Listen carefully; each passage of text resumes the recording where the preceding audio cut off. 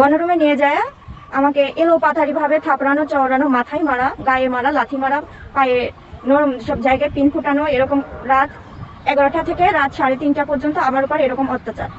এখন 10টা মেয়ে মিলে একটা মেয়েকেও পিটাচ্ছে। সুবহানাল্লাহ, এটা ইসলাম? একটা মেয়েকে আপনি ঘরের মধ্যে ঢুকায় সারা রাত পিটাবেন, মেয়েটা কাঁদতে কাঁদতে বলছে আমার পায়জামা পর্যন্ত খুলে ফেলেছে টান দিয়ে। আরে তোর মায়ের পায়জামাকে খুলে ফেলে তোর কেমন লাগবে? তোর বোনের পায়জামাকে খুলে ফেলে তোর কেমন লাগবে? কোন সাহসে তুই একটা মেয়ের পায়জামায় হাত দিস? এত বড় সাহস! আর এদেরকে আমরা তলা করে মানুষ করি।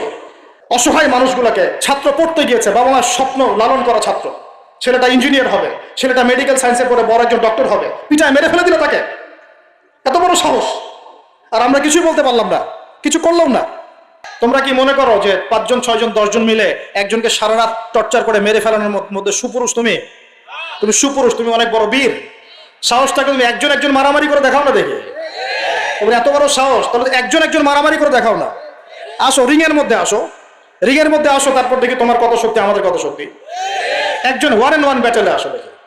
খালি হাতে 1-on-1 ব্যাটেলে আসো। 8 জন 10 জন মিলে একটা বুয়েটের ছেলে, একটা মেডিকেলের ছেলে, একটা অমুকের ছেলে, তমুকের ছেলে, বাবা মায়ের স্বপ্ন লালন করা ছেলেগুলোকে ঘরের মধ্যে ঢুকাবা, সারা রাত পিটায় মেরে ফেলবা। এটাকে তোমরা সাফল্য মনে করো, বীরত্ব মনে করো? এই ছেলেগুলোকে জন্ম দিয়েছে যে পিতা মাতায়, এদের জন্য ধিক্কার আমার পক্ষ থেকে। আপনারা এইসব সন্তান জন্ম দিতে গেলেন কেন? খিদির আলাইহিস সালাম বেঁচে থাকলে ছোটবেলায় মেরে ফেলতো এদেরকে। ওই যে খিদির আলাইহিস সালাম ছোটবেলায় একটা বাচ্চাকে মেরে ফেলছিলেন না? মুসা আলাইহিস সালাম বলেছিলেন যে একটা বাচ্চাকে কেন মেরে ফেললেন? তখন খিদির আলাইহিস সালাম বলেছিলেন এই ছেলেটা যদি বড় হয়, বড় হলে অনেক বড় কাফের হবে। আল্লাহ আগে জানিয়ে দিয়েছেন, এই জন্য আগে মেরে দিয়েছে। এই বাচ্চাগুলোকে নিতে গেলেন কেন? কোন রকম লজ্জাবোধও নাই, চক্ষু লজ্জা নাই। এরপর যখন আইন শৃঙ্খলা বাহিনী এদেরকে অ্যারেস্ট করে নিয়ে যায়, বীরের মতো হাসতে হাসতে চলে যায়। ও জানে যে আমার কোনো সমস্যা হবে না, ফাঁক ফোকর দিয়ে বেরিয়ে চলে আসবে।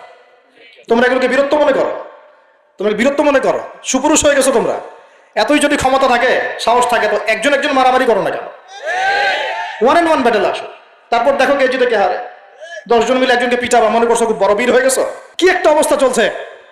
এগুলো যখন চলতে থাকবে একটা কওমের মধ্যে, আপনার মনে হয় যে আল্লাহর পক্ষ থেকে রহমত নেমে আসবে? লা ইলাহা ইল্লাল্লাহ বলা একজন মানুষ যদি বেঁচে থাকে, ওই একজন মানুষের সম্মানে আল্লাহ পাক কিয়ামত দিবেন ইনশাআল্লাহ। সে একজন মানুষকে এভাবে নির্মমভাবে পিটিয়ে মেরে ফেলো তোমরা। এখন মানুষকে পেটানো শুরু করেছো। নবী সাল্লাল্লাহু আলাইহি ওয়াসাল্লাম শেষ জামানের হাদিস সম্পর্কে বলেছিলেন যে আমি এক শ্রেণীর মানুষকে দেখি নাই যারা আসবে, মানুষকে নির্মমভাবে মারবে, নির্মমভাবে মানুষকে পিটিয়ে মারবে। আর কোরআন খুলে দেখেন, একটা জাতির কথা আল্লাহ পাক বলেছেন। এই জাতির নাম হচ্ছে আদ জাতি। কোন জাতি ভাই? এই আদ জাতিকে আল্লাহ পাক ধ্বংস করেছিলেন ঝড় ঝপ্টা দিয়ে। আল্লাহ পাক এই কম সম্পর্কে বলেছেন ওয়াইদা বাতাসতুম জাব্বারিন। ওরা শিরক কুফর তো করতোই, কিন্তু এর পাশাপাশি একটা বড় পাপ করতো। ওই পাপটা হচ্ছে এরা যখন মানুষকে পেত, পিটিয়ে মেরে ফেলতো, নির্মমভাবে পিটিয়ে মেরে ফেলতো। এই আদ জাতির পাপ তোমরা করা শুরু করেছো। এখন আমাদের শহরে এগুলো চলছে না? এখন দিনে দুপুর রাস্তাঘাটে এগুলো চলছে। শিক্ষা প্রতিষ্ঠানে গিয়ে এগুলা মাস্তানি করতে গিয়েছো তোমরা। আল্লাহ রাব্বুল আলামিন আমাদেরকে ওমরের শাসন দান করুন, বলি আমিন। একটা মাস ওমরের শাসন যদি চলে না, দেখবেন সব লাইনে চলে আসছে ইনশাআল্লাহ। একটা মাস খালি ধর্ষণের বিচার করা শুরু করেন, ধর্ষণ করার সাহস খুঁজে পাবেন না ইনশাআল্লাহ। কোন মাদ্রাসাতে আমরা দেখেছি, কোন মাদ্রাসাতেও এই যে হাফেজ ছাত্র হতে গিয়েছে, বাবা মা হাফেজ বানাবে, মাদ্রাসায় পাঠিয়েছে, মাদ্রাসার শিক্ষক ছেলেটাকে বলাৎকার করে রেখে দিয়েছে। হ্যাঁ, ঢাকা শহরের ঘটনা বলছি। আমাদের সন্তানকে কোথায় পাঠাবো তাহলে? পাপ যেই করুক, পাপী। এখানে যদি দাড়ি টুপিওয়ালা মানুষও পাপ করে, তাকেও শাস্তির আওতায় নিয়ে আসতে হবে। আল্লাহ তৌফিক দান করুন। মাদ্রাসায় আপনি ছাত্রকে বলাৎকার করবেন? মাদ্রাসায় আপনি সমকামিতা করবেন? আপনার তো লিঙ্গ কেটে জাতির সামনে উপস্থাপন করা দরকার।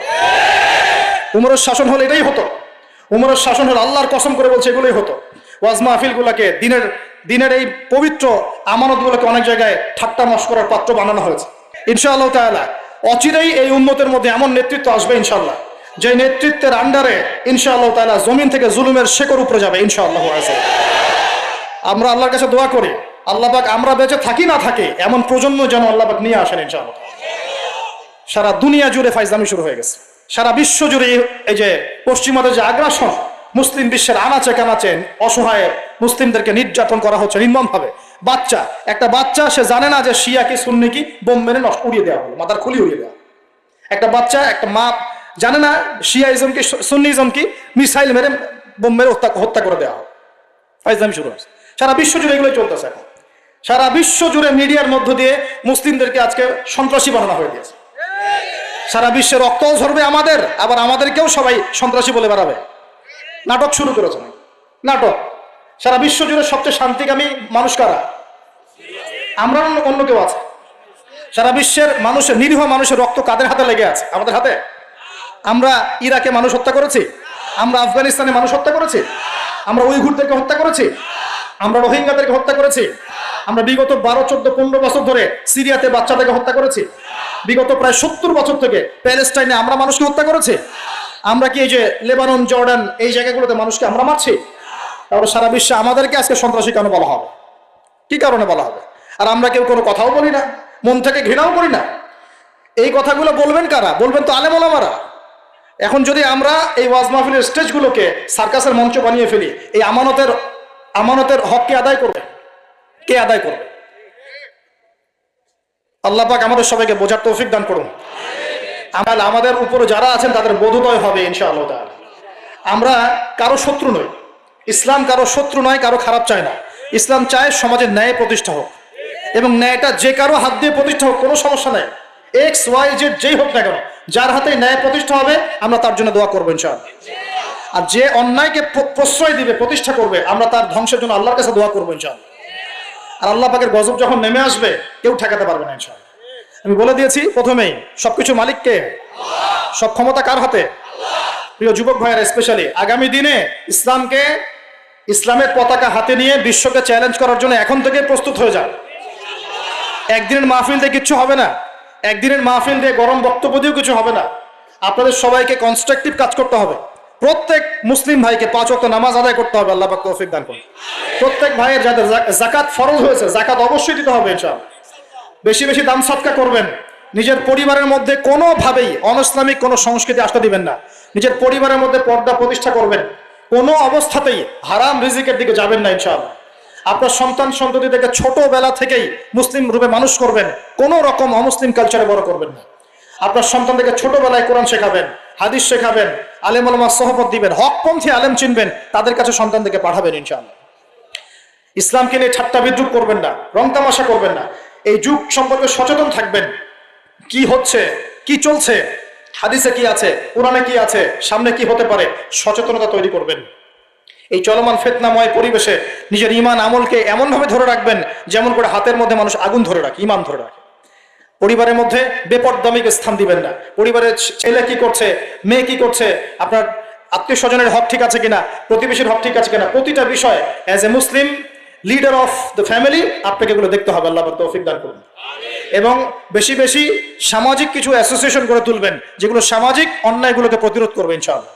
সামাজিকভাবে ন্যায় ছড়িয়ে দিবে, সামাজিকভাবে ইসলাম ছড়িয়ে দিবে ইনশাআল্লাহ তাআলা। শিক্ষা প্রতিষ্ঠান গড়ে তুলবেন যেখানে জেনারেল এবং ইসলামিক শিক্ষার সমন্বয় থাকবে, আলোকিত প্রজন্ম গড়ে উঠবে ইনশাআল্লাহ তাআলা। এরকম সমাজের অবস্থায় কি আল্লাহর আযাব আসবে না রহমত আসবে? এই হচ্ছে আমাদের সমাজের অবস্থা এখন। কতগুলো বলে শেষ করব। প্রতি ঘরে ঘরে ব্যভিচার ঢুকে পড়েছে, ঘরে ঘরে ব্যভিচার, পরকিয়া ঢুকেছে, পরকিয়া। আর অর্থনৈতিক ক্ষেত্রে ঘরে ঘরে ঢুকেছে সুদ আর সুদ, ঘুষ ঢুকেছে, ঘুষ। এদিকে সুদ ঢুকেছে, দুর্নীতি ঢুকেছে, অন্যের সম্পদ অন্যায়ভাবে হস্তক্ষেপ করার নোংরা সংস্কৃতি ঢুকে পড়েছে প্রত্যেক জায়গায় জায়গায়। আমাদের ইয়াং জেনারেশন নিজেদের ইতিহাস ভুলে গেছে যে আমরা কার উত্তরসূরি। খালেদ বিন ওয়ালিদের নামও তারা জানে না, উমর ইবনে খাত্তাবের নাম জানে না, তারেক বিন জিয়াদকে চিনে না, মুহাম্মদ বিন কাসিমকে চিনে না। এরা ক্রিস্টিয়ানো রোনাল্ডোকে চিনে, এরা মেসিকে চিনে, নেইমারকে চিনে, এরা আমাদের ক্রিকেটারদেরকে চিনে। মাশাআল্লাহ। দেখো দিন দিন আমরা বিপথে যাচ্ছি, তারা হেদায়েতের দিকে আসছে। যারা এখন বিপদগামী ছিলেন আমরা মনে করতাম তারাই এখন